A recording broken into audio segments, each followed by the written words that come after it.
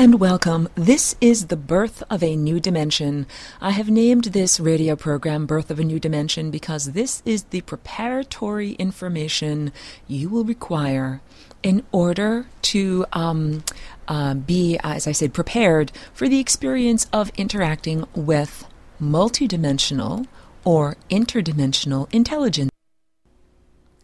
So today I'm going to use some anecdotes taken from everyday life to illustrate the concept that targeted genetic manipulation has given you a slave mentality. And this might be uncomfortable information or might be topics that you don't wish to focus your attention on, and I understand that. However, it will be fruitful. It will be worthwhile to go through this discomfort. And the allegory that I'm going to use, or the analogy, is the difference between pigs and dogs. So both pigs and dogs are domesticated. And up until recently, I had never had an experience of interacting with a live pig. And I recently had that experience because my neighbor got some pigs and they got out of their enclosure and they came up the hill to where I live, and unfortunately they ended up eating my garden, but I was reimbursed for it. But that's not really where I'm at with the story here. This story is about pigs' level of intelligence and pigs' desire to not cooperate.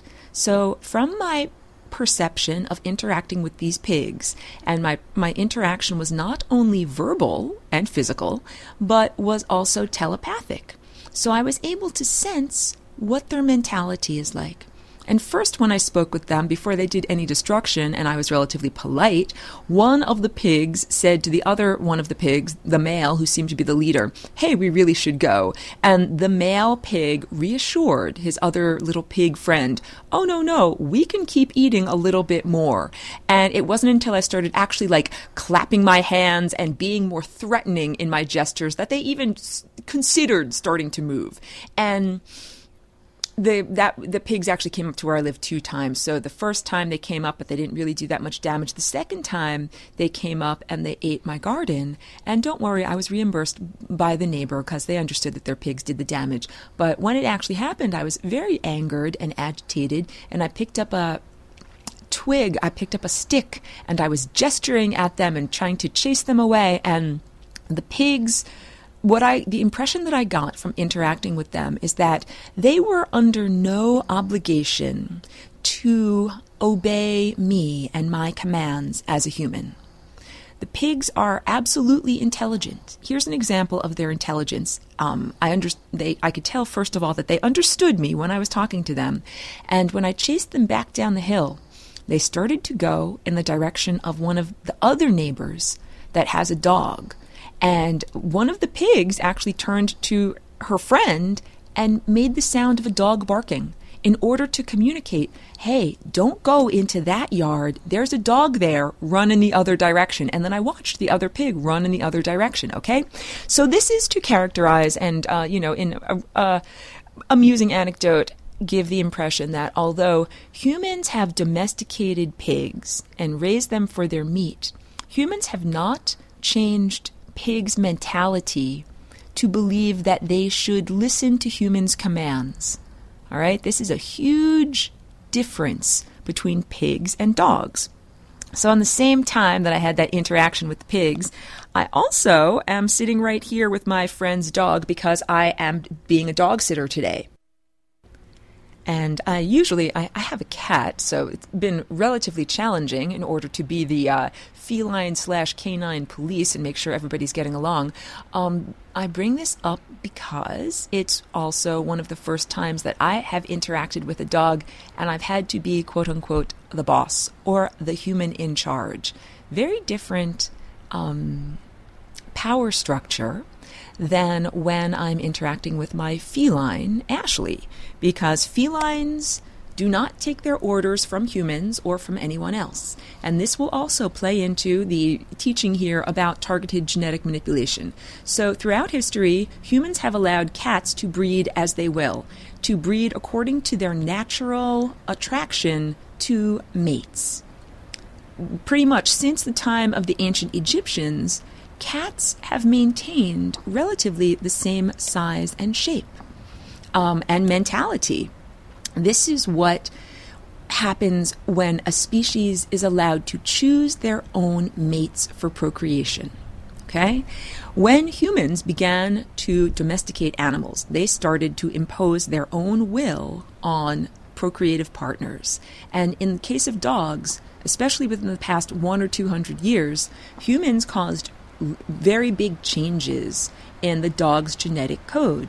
And I understood from interacting with this dog and from direct insight, this is how I understand things. I don't read it in a book. I don't listen to a video or read it in Wikipedia.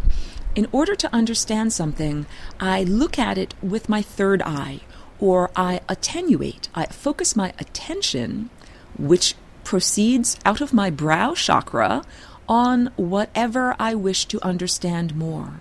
So when I attenuated to the pigs and their porcine language and perception, I understood their desirelessness, lack of obligation to listen to me as a human.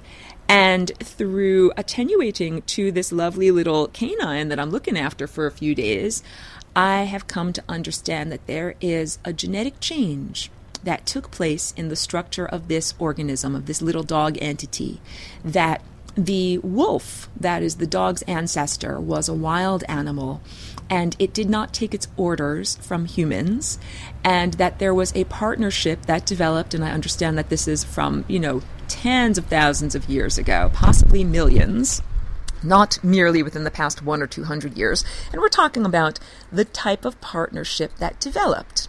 In the partnership that developed, humans and canines partnered up. Canines got extra food from humans and extra protection from humans, and humans got extra protection from other humans and from other wild or non-domesticated or non-partnered up animals from the dog. And this makes sense because in Eureka, California, I drive through there quite often. There's a lot of homeless people, and often they have dogs. And you might wonder, why would you want the additional burden of having to care for a separate entity or a separate animal if you have so few resources? And the answer is that it is not a burden. It is actually a shared upliftment that dogs and humans offer each other equal and symbiotic or partnership type of protection. So that's a partnership that goes back like thousands and thousands of years. In the past 100 or 200 years, though, humans have done a lot of targeted genetic manipulation in terms of controlling which dogs mate with which other dogs. And this has created the breeds, the individualized breeds that we're now familiar with. So eventually I'm going to relate all of this to you as an individual and as a human, so bear with me. So since the time of ancient Egypt, cats have been allowed to procreate according to their own self-directed desire. But dogs have been changed and controlled in who they may procreate with or with whom they may procreate. And that has been for the convenience of humans, the breeders, not for the convenience of the dogs or the beings that are being targeted and bred or genetically manipulated themselves.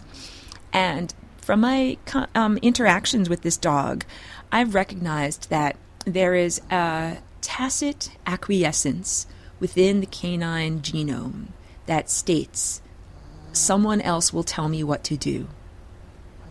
This is not the natural state of the dog. The natural state of a dog is really to be a wolf, to be a wild and self-directed creature that listens to its own inner connection to higher consciousness or spirit or source and exerts its own will and does not have anyone else exerting its will upon that wolf as an individual organism. This is very different when we get into the level of domesticated animals and with dogs in particular, because in many domesticated animals, humans are exerting their will over that animal, like pigs. I picked up a stick and chased the pig away. I exerted my will over that animal. But here's the difference between a dog and a pig. If you didn't actually enclose the pig, that pig would not choose to cooperate. it would be like, I'm out of my enclosure. I can go right back up to Aurora's garden and do exactly what I did last time. It is not under any obligation to listen to me as an irate human and not eat my garden. That is very different than a dog that has as its genetic program a presumption that it must listen to a human or an outside external authority figure. So dogs do listen to other dogs as authority figures. This is called being the alpha dog. Dogs will also listen to humans. They essentially accept you as the larger, most powerful dog and let you boss them around and tell them what to do. And what they get from you is safety and food, and what you get from them is safety and companionship. So why do I bring all of this up? Because, as I stated at the beginning of this broadcast or recording, this broadcast is designed to prepare you, or like a garden must be prepared before seeds are planted, prepare your mind for interaction with entities that are multidimensional, interdimensional, and extraterrestrial, meaning they occupy the spectrum of all dimensions, from denser dimensions to less dense dimensions. Their awareness travels between dimensions, that's interdimensional, and that they are not terrestrial. They're not here on Earth. They don't live on Terra. They're not a part of this planet, even though they interact with beings on this planet. So it's like saying, if I live in the United States and I have a company, I might have business partners in France, but I don't myself live in France. But I'm certainly affected by the French politics, economy, social structure, and I have people that I care about there. So to use the analogy further, there are non-terrestrial beings who are like business partners. They don't live on Earth, and their business concerns are tied up with the same concerns of Earth's planet. The social and economic setup, catastrophes or the health of the planet, and the occupants of the planet themselves. It's like that's what's going on, quote unquote, in France. And what I'm trying to enlighten you about is that you are like dogs. You humans on Earth's surface are like dogs. And I hope that this is not insulting, but I kind of hope that it is a little bit insulting. I hope it raises your ire a little bit so that you stand up and you say, I do not wish to be treated like a dog. I do not wish to be treated like someone who should be pushed around and told what to do and trained. Yet this is what your genes tell you is appropriate. Your genes, the human genetic code, have been manipulated just like domesticated dogs within the past 100 or 200 years, and within the past, thousands or millions of years. Your genetic code has been changed from its wild or undomesticated state. That would be analogous to the state of being like a wolf. No one tells a wolf what to do, and it listens to its own inner guidance system. And you are now more like a domestic dog, which has as its basic presumption the tacit acquiescence to an external authority figure. So dogs that have been domesticated have been so distorted from their original format that in many cases they could not survive without human help. Bulldog is a good example of this. Because of the changes to their body structure and skeleton, they cannot successfully give birth, in a natural way. Puppies have to be taken out cesarean style. And if humans had not created that targeted genetic manipulation, that style of dog would not need help merely to procreate and to give birth. And yet that is what humans have created. So the bulldog is not a naturally occurring dog and could not even live for one more generation naturally. And this is the level of genetic manipulation.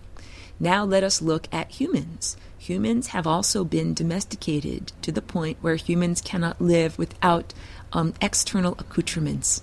things like eyeglasses and cesarean birth is more and more necessary, even though it is not. It is something that medical science deems necessary. Sometimes it is done for convenience and scheduling and in order to speed things along, not necessarily because of medical necessity, but more cesareans are performed now than they had to be in the past. Here's one good example. A medical doctor from the early 1900s that was helping with births to the Native American population found a huge change when the diet of the Native American population changed. When the Native Americans ate their natural diet, which was mostly lean meats and also corn, beans, and squash, when they changed to eating more sugar, wheat, and processed grains, and fat and cheese and things like that, basically the things that were they were encouraged to eat as part of assimilating into Western industrialized culture. This doctor noted a huge change in the capacity to successfully labor and have natural childbirth by the female Native Americans, whereas there used to be very few cases of female Native Americans that needed assistance in childbirth or some kind of cesarean section. As soon as they changed their diet and began eating the processed food, the cesarean rates went up, I want to say, by 60%. They increased dramatically. So I bring this up in order to give you the idea that humans have been distorted from the correct functioning of the biological bodysuit. The distortions have happened due to not only genetic manipulation, so this is humans are no longer wolves, your genes have been changed, you're domesticated dogs, but also the environment in which you are subjected or in which you are submerged, and the practices, the social, cultural, and economic practices that you are subjected to, all are distorting and take you away from your natural state. And you are domesticated, essentially. And this gives you the impression that you could not live without all of these modern contrivances, that you could not survive without glasses, or cesarean birth, or help during childbirth, or processed food. It's also like saying, how could we live without modern dentistry? Whereas some of the natives of the Amazon, before they were contacted by Western industrialized culture and before they began to introduce sugar and refined sugars into their diet, had very few dental caries, meaning cavities and gum disease. That those challenges have come about largely due to diet, although, of course, some aspects of the genetic code play into that also. And here, I hope this part arouses your ire also. So humans have been essential in controlling the mating practices of dogs. And that has led to dogs creating their different breeds and some of the difficulties in their biological structure. Now we have to say this. Who is controlling the mating habits of humans? Because if you find that out, then you will also find out the ways in which humans have been weakened intentionally, like the way that bulldogs have been bred to have strange skeletal structures that can no longer carry a pregnancy. Humans were encouraged to only have certain procreative partners. And now let's get into this. Religion. Who controlled human procreative behavior for a very long time? Religion, where basically people were encouraged to breed within their religion and not to intermarry. And when we get down to the analogy of humans controlled dogs breeding and created within them the presumption, the genetically programmed in presumption of an external authority figure. Religion has controlled human procreation and has changed the human genetic code to tacitly accept the necessity of an external authority figure, quote unquote, a god, someone else outside of you who tells you what to do. It could be someone named God. It could be someone named Jesus. It could be someone named the Lord, or named Jehovah, or named, I'm trying to think of another name for God. Allah. There we go. It could be that Allah tells you what to do. And I am saying right now that, first of all, none of those words describes the true entity that is the highest consciousness and the source of everything, and that you as an individual are the final denouement, the end of a long line of targeted genetic manipulation that is designed to take you away from your personal sovereignty and make you accept, as if it is just a matter of course, that some external deity should be telling you what to do and controlling your behavior. It is as wild a thought, as out there of a thought, that some external deity should be controlling your behavior as it is to say that I, as a human, a non-porcine entity, should be controlling the behavior of a bunch of pigs that come up into my yard. Now, yes, it is true that they came into my yard, which is my territory, but it is false to believe or presume that simply because they are domesticated animals, that they should listen to me because I am a human and I have domesticated them. That is totally fatuous, totally erroneous, and you understand, humans are acting out or perpetrating the same injustices that have been perpetrated against them. So first, humans were genetically manipulated, degraded in their structure, degraded in their perception, degraded in their capacity to live without accoutrements, without technology or shelter or tools. And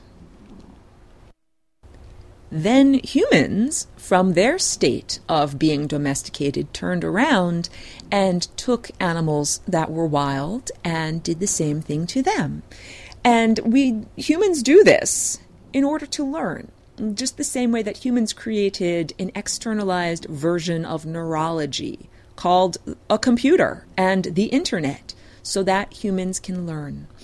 So the idea is, through your own folly, perpetrating the same thing that was done upon you on other species, you will be able to see that it is folly. I hope you are also able to see and understand what I am saying to you, that religion is human domestication. Religion, organized religion, Judaism, Christianity, Islam, almost everything except for Buddhism. Well, Buddhism is supposed to be a philosophy, not a religion of worship, like worshiping a particular figure. So if you are practicing Buddhism as the philosophy of consciousness cultivation, then it would not be a tool for your enslavement and targeted genetic manipulation. But let's say that you are worshiping Buddha as a Christ, or as the same way that Muhammad is worshipped. That is another tool, just another bar on the cage of your mentality. So it is a generalization to say that all organized religions are domestication and enslavement of the human mind, but I will definitely state that Judaism, Christianity, and Islam are specifically designed to control your procreation and diminish you genetically and maintain the hold of non-terrestrial intelligence over you. So I, compared to a dog, I'm the dog's master or overlord, right? But I'm not better than the dog at all. I am not morally superior. I am not ethically superior. I am not a better person that God loves more. I am simply a being that belongs to a species that has the hubris that it actually believes that it is appropriate to control the procreation of another species. That's all. In fact, I didn't genetically manipulate all these dogs. I didn't create the structure. I am just utilizing the structure. The little dog is right here with me. When I tell the dog to sit down or lay down or stay, I am drawing upon the thousands of years of human/canine interaction that has already been pre-established. I didn't have to establish authority over this little dog. This little dog came to me from another human and has totally accepted that, oh, you're just the human in charge. You're just the human in charge. It was a different person. Oops, but now it's this person. And then when I go back to my regular house, it'll be the other person again. And this is like saying that humans accept an external authority figure. They accept a deity. Tell me what to do. God, Jesus, Allah, somebody, tell me what to do. And this is like this little dog who, without someone telling the little dog what to do, this little dog is somewhat out of sorts. Like it really needs it needs to be told, now it's lunchtime, eat your lunch. Now it's time to sit down over here, sit on your little bed. Now it's time to go for a walk. That is not the way that an undomesticated animal lives its life. An undomesticated animal is self-directed. It says, I do this because I choose to do this. I'm motivated by my own biological desires, my own biological agenda to eat or procreate or drink or poop. And I am also motivated by my direct connection to spirit. Because when I look at birds, there's some amazing, these turkey vultures that live where I am in California. And when you go to the river, you'll see them performing these amazing aerial acrobatics. And when I watched them one day, I really perceived on a deep level that they were beyond pleasing themselves with their beautiful movements. They were creating harmonic structures with the air currents, working with the natural wind patterns and adding to the natural wind patterns to create greater harmony in the world. And I understood that humans look down on animals and condescend to them in incredible amount. They say that animals are just motivated by their desire to eat and procreate and poop and nothing much more. But that's so false. That's so empty. Animals, especially wild animals like birds, are motivated to express themselves and to create. That is what bird song is. That is what that flight path that was like a dance movement was from these giant turkey vultures. They are controlled by spirit, by higher consciousness. They are not domesticated. They sing because their inner guidance says time to sing. And they sing the notes that their inner guidance says to sing. They don't sing a note that I tell them as a little human to sing. What an egregious amount of hubristic pride it would take for me to dictate to a bird what note that bird should be singing. Birds are like the master opera singers of, our planet. Every single feather on a bird is an antenna that perceives vibration. So your ears only perceive a tiny little amount of the structure of what birds are able to perceive. So it would be analogous to a tone-deaf conductor telling musicians with perfect pitch what notes they should be singing or playing. I would never purport to tell a bird what they should be singing. And I'll also tell you now, so in case you're new to this broadcast or new to my presentation, I'm Aurora and I'm a walk-in. I am not the original inhabitant of this physical body, and I am a stellar consciousness. When I came into this physical human cellular body, it had to change in order to accommodate my vibration. My consciousness is literally vibrating at a different frequency than the earth-based consciousness that occupied it before I did. And in order to accommodate my new rate of frequency of consciousness, the genes had to change. And when I say this to you, it's a long way of saying that my genes are not the same shape as they were when I first came into this body. Humans have been changed in their genetic structure and in their genetic code.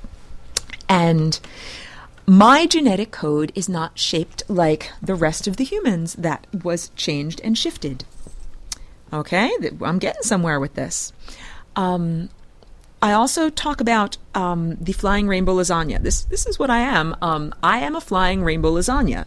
It is like saying I am a hypertorus or torus, donut shape, that is vibrating in a higher dimensional space. So whenever you add an additional dimension to anything, you add an additional degree of freedom. I use the analogy of a little ant walking on the surface of a piece of paper. If that ant gains the third dimension, it's like sprouting wings. And all of a sudden, that little ant is able to jump up off the surface of the piece of paper and fly to wherever it wants to go, as opposed to having to crawl in a linear fashion. Well, the flying rainbow lasagna is the shape that is achieved when you add an additional degree of freedom to a torus. Torus, or donut shape, which is the shape of the Earth's magnetosphere or human aura before it begins to vibrate in a higher space. And when it begins to vibrate in a higher space, it achieves an additional degree of freedom. So I am saying to you here that I vibrate my torus in a higher dimensional state, thereby turning it into the shape of a flying rainbow lasagna, and thereby achieving an additional degree of freedom.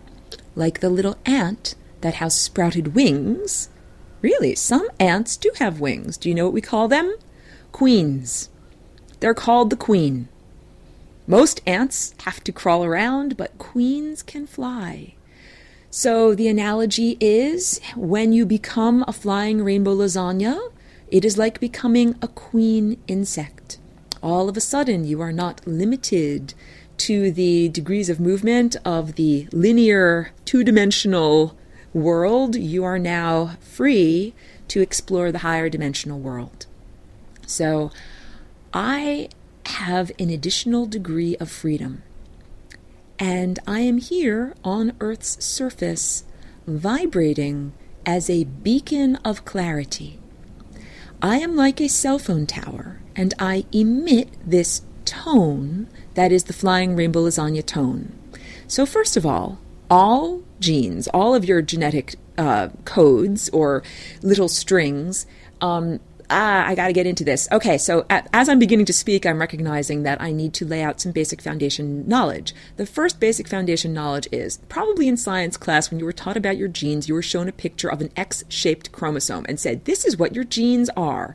But your genes are only coiled into the X-shaped chromosome format during a very limited slice of the overall lifespan of that cell. Right before cell division or mitosis, DNA supercoils itself, and this is like twisting a thread or a rubber band so many times that it begins to double back and knot and twist back up into itself, and eventually you end up with this tightly coiled structure that is the chromosome. But for most of the cell's lifespan, DNA is not tightly coiled into a chromosome structure. It is like a sweater that has been completely unfurled, like a skein of yarn. And this is called chromatin. In the nucleus of the cell, during most of the cell's lifespan, the DNA is completely unfurled like a skein of yarn, and it is called chromatin. And this is like saying the library is open. It's like saying that the library of your DNA is accessible to your RNA, to the messengers. When your DNA is tightly coiled, you are unable to access those aspects of information, protein building, and reality manifestation. And when it is uncoiled, then RNA messengers can actually access that information and use it to create cellular structures or create health and vitality in the body, or even to create experiences in the physical realm. So if you imagine that chromatin like a pile of yarn, it's like saying your DNA is a string. And now you can use the analogy of any stringed instrument, a guitar, a piano, a violin, cello. You understand that all of these instruments make music by harmoniously vibrating strings. And your genes are also vibrating like the strings of any instrument. You're making a sound. All the time, you're making a sound with your genes. So it's not a sound that is perceived by the cochlea, tiny vibrating hairs within your physical ear. However, it is a sound that affects other beings around you. This comes down to interdimensional ethics. Why did I come down and incarnate as a human? Why did I come into the adult human body when its previous occupant had died? And the answer is because interdimensional ethics. If I want to be powerful in a realm, I have to occupy that realm. I cannot simply wave my magic wand and poof, make something happen in that realm. So in order to make something happen in the realm of the third dimension, this level of density, I could not simply live on a fifth dimensional or higher cloud and wave my magic wand and poof, make the things happen that I wish to happen. I had to actually incarnate, take on this physical vessel, and that was a challenge because then, of course, I had to raise the vibration of the physical container so that it could contain this different frequency. And I say all of this because this instrument that I have, it vibrates at a slightly different frequency than it did before I came into it, and than it does in comparison to the other instruments here on Earth. And this is okay, this is acceptable, this is allowed. I am not in another dimension vibrating and imposing my vibration upon all of you as some kind of extraterrestrial overlord. I came here in a body and I'm standing next to you on an equal playing field. And I am vibrating your genes, and I'm allowed to do so. And guess what? You're vibrating my genes, but I'm vibrating a lot louder than you are. And my genetic vibratory tone is having much more of an impact on you than you are having on me. This is actually a positive setup because your vibratory tone has been diminished by the overlords who have controlled your procreation. Think about how humans have controlled canine procreation. Humans have, for a large part, had dogs breed to be more compliant, more easily controlled, and weaker and smaller than they would have been otherwise. Humans, likewise, have been bred for compliance, have been bred to obey their masters and to listen, and yes, to be smaller and weaker than you would have been if you had not been inhibited or diminished. So it is a good setup that I have come here and I am broadcasting these emanations through this genetic instrument so that you can hear a different song and get to play a different song yourself. So the music that I emanate from the flying rainbow lasagna vibration of my genes is music that you can learn to play on your own instrument of your own body. And that's why I teach a class. It's called Lessons for Full Spectrum Humans. So far from being proprietary information, where I say, I contain the secret of the universe. I know all about the flying rainbow lasagna. I am keeping it only for me, and I'm not sharing it with you. Far from doing that, I did the opposite. I did what the Ubuntu philosophy embraces. Ubuntu is an African word. It means what is good for all, and it is also the name of a free open source processing system for your computer, and it's also the name of a political movement that comes out of South Africa that is aimed at personal sovereignty and empowerment and ending the cycle of slavery that the socio-economic matrix has imposed upon humanity for a very long time. I am here offering the Flying Rainbow Lasagna as open source code for your genes.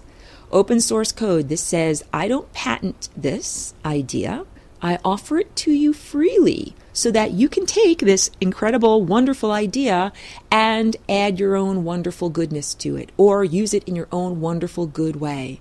When I created the Flying Rainbow Lasagna, I had the opportunity to say, nope, I'm keeping it all for myself. And then I would have been the only Flying Rainbow Lasagna. And I realized that is a very lonely position. It is much better to teach it to other people, make it available to other people, have a whole world, a whole community of Flying Rainbow Lasagnas that I can be friends with and be in partnership with and collaborate with on wonderful artistic and creative projects. So that's the philosophy of Flying Rainbow Lasagna. It's the philosophy of Aurora. And when you come upon that philosophy, one of collaboration, one of Ubuntu, or a system that serves everyone, that is good for everyone, then you will know that you are experiencing one of my emanations. Because as I've said, I am here emanating. I am vibrating. Each one of us is here emanating or vibrating. It's like you're an instrument, or it's like you're a singer and you're singing in a great chorus, that everyone is here on earth contributing to this song. And my song is one of upliftment and personal sovereignty. It's basically telling you that you don't have to listen to an external authority figure. The song of the genetic code of the Flying Rainbow Lasagna is telling you that you do not have to listen to an external God. You don't have to pray to an external deity and ask them for permission to do what you want to do, ask them for resources that you require for your life, ask them for information or intelligence. You don't have to do that, because you contain all of those things within you. You have an innate divine connection to Source. So one of the lies and the flaws in your operating system or your code has been this idea that, first of all, you need verbalized language. Second of all, you need to listen with verbalized language to an external authority figure. The hacked operating system that has been installed in your mind as the human mind tells you that without a god or a deity, that you would be lost, that you would be blind, that you wouldn't know where to go or what to do. Kind of like this little dog, that if I don't tell it, hey, sit here on this little dog bed, or hey, eat your lunch now, or hey, come out on the lawn with me and make a pee. This dog doesn't know what to do. It needs to be directed all the time because it's been genetically manipulated. So now let's get down to human domestication and human slavery. Humans are used to being told what to do. Humans are told what to do initially by their parents, but then eventually by society, by school teachers, by the government, by religion, by an externalized deity. The presumption that someone else needs to be telling me what to do is programmed in at a genetic level. And it was not there in the beginning in your genetic code. In the beginning, your genetic code was a lot more like the code of the pigs that found their way up to my garden. Those pigs were pleasing themselves. And the truth is, that is what we are all here to do. We are all motivated on our own personal agenda. The pigs are motivated to feed themselves. The pigs are not motivated to harvest all of the dandelion roots that they possibly can and then distribute them to other beings. This is natural. This is the way it's supposed to be. So each one of us, you're supposed to be motivated for your own personal agenda. But what you don't understand is that you have been programmed to acquiesce to the personal agenda of a larger entity that calls itself God, but is not actually the true deity. Just like dogs have been programmed to acquiesce their personal agenda for eating or pissing or pooping or sleeping to me as a human. I'm not any particularly valuable human. I am not the person who invented dog domestication or invented leashes and collars. I am gliding by on the coattails of thousands of years of other humans who have invented ways to control dogs. And this little dog is just tacitly accepting me as their present authority figure. So, in case you cannot tell, I have done a lot of personal soul searching on the topic of authority and sovereignty and whether it is ethical and appropriate for me to control and direct the behavior of another sovereign entity. In this case, a canine. And I've had to think about all of this. And my conclusion is that I have had to fill the role of, quote unquote, the human, the boss, because, I can't be a systems buster. This is not my dog. This is someone else's dog. And it's eventually going to go back into a system of human/canine partnership where the human is in charge and the dog takes the orders from the human. So I am experiencing for, about a week what it's like to have to be the boss.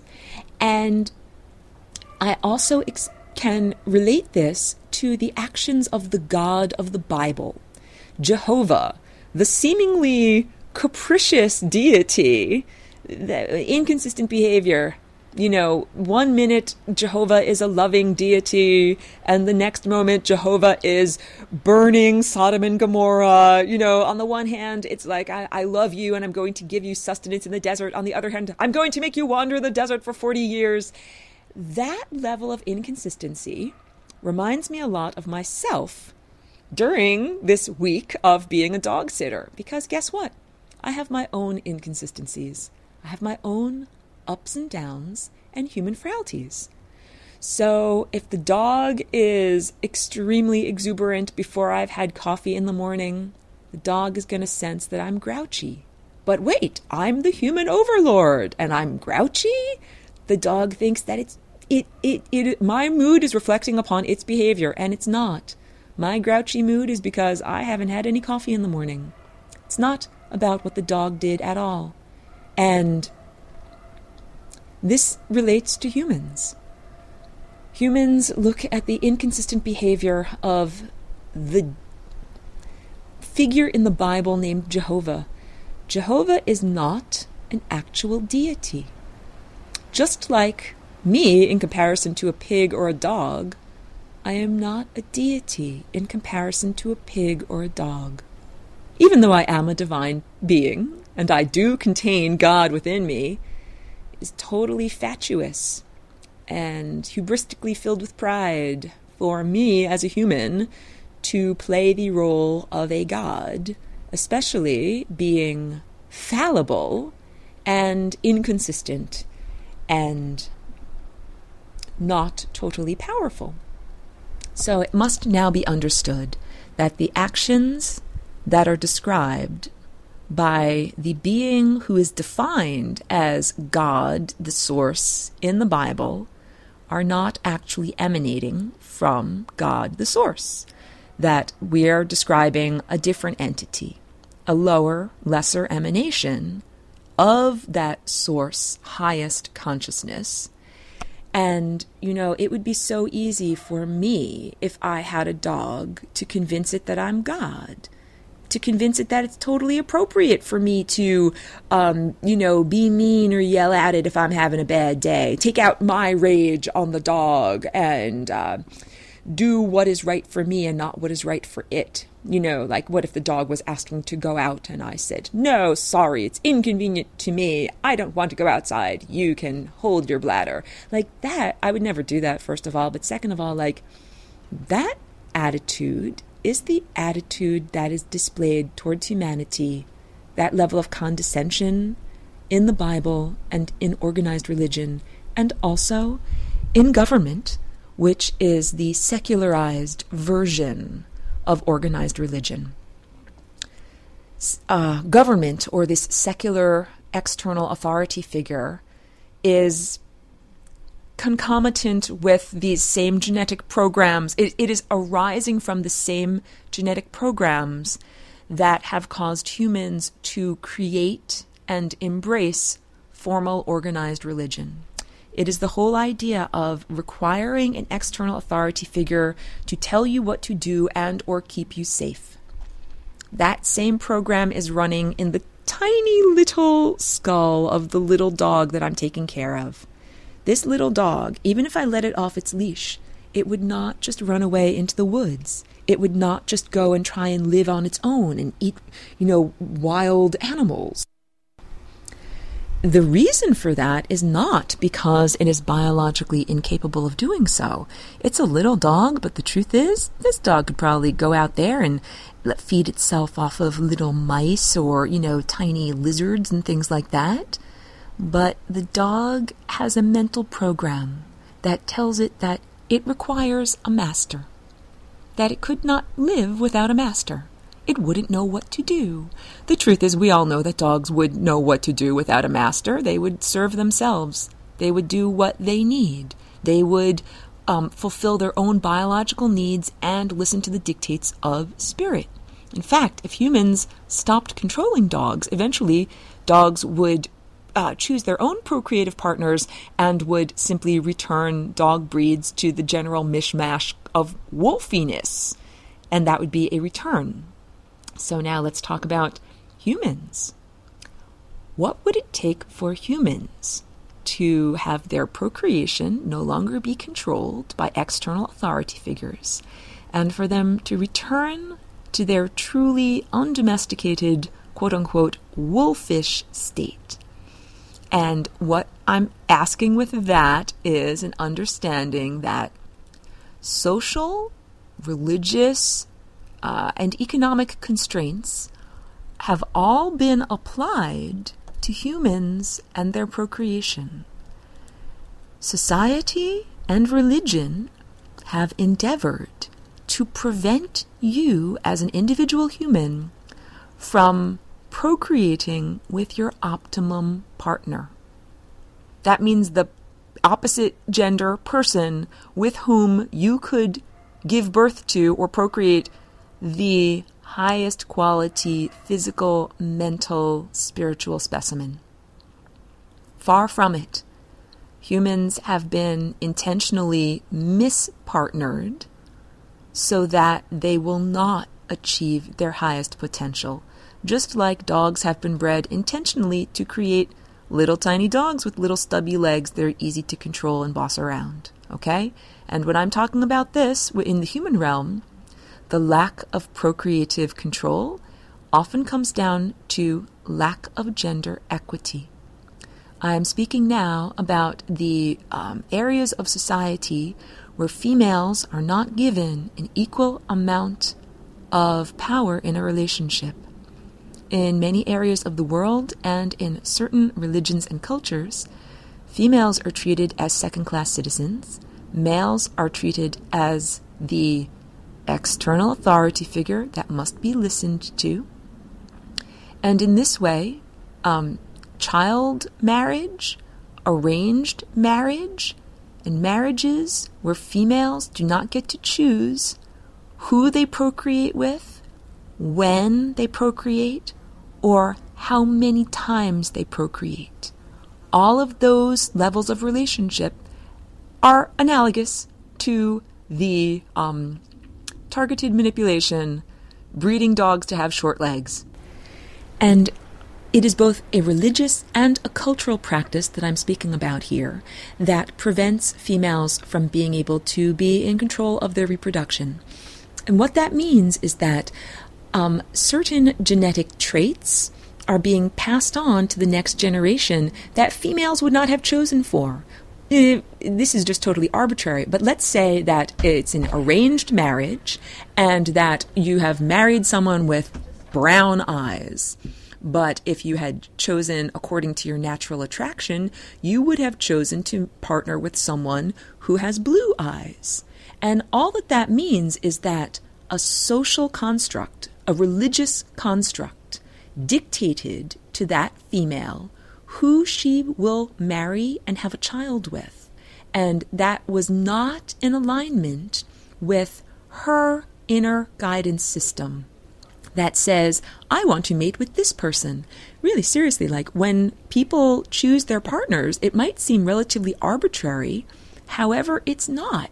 If you really have free will and sovereignty, your attraction and levels of attraction are your compass or your inner guidance telling you when you have found the right genetic puzzle pieces to complement your own genetic puzzle pieces.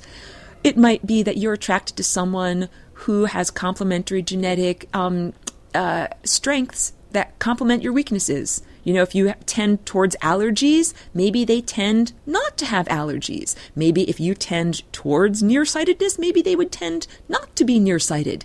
And this is what I mean. Why? If you just let dogs breed in an uncontrolled manner, they would breed back to the wolf. And if you let humans breed in an uncontrolled manner, they would not breed to have weak, nearsighted, offspring that have allergies and difficulties with their immune system. That a lot of that happens because people are either not in control of choosing their partners, or the contributing factors that they use to choose their partners are not based on these levels of real attraction. So you might choose your partner based on, are they the right religion, right? Do they have the right amount of money in their bank account? But that will not tell you whether their genetic puzzle pieces are complementary to your genetic puzzle pieces. So I have 2 more minutes. I'm almost at the end of this recording. Thank you for being with me during this difficult topic, because it's not fun to find out that your genes have been degraded. It's not fun to find out that you've been treated like a dog by your extraterrestrial masters. You have been programmed to accept a God. And this is what you need to know. Only the lowest of the low of extraterrestrials would masquerade as a deity. It would be like if I, as a human, chasing a pig out of my garden, said, I am God. You'd better not come back here, otherwise face the wrath of God. It's unbelievable. And yet that is what extraterrestrials have done to humans. They have misrepresented themselves as actual deities when they are merely beings of another species that have created a power structure that is meant to support them in the state of being powerful. So, thank you for tuning in to Birth of a New Dimension. Hope that you are being prepared for the interdimensional partnership that we will soon be experiencing. Thank you so much.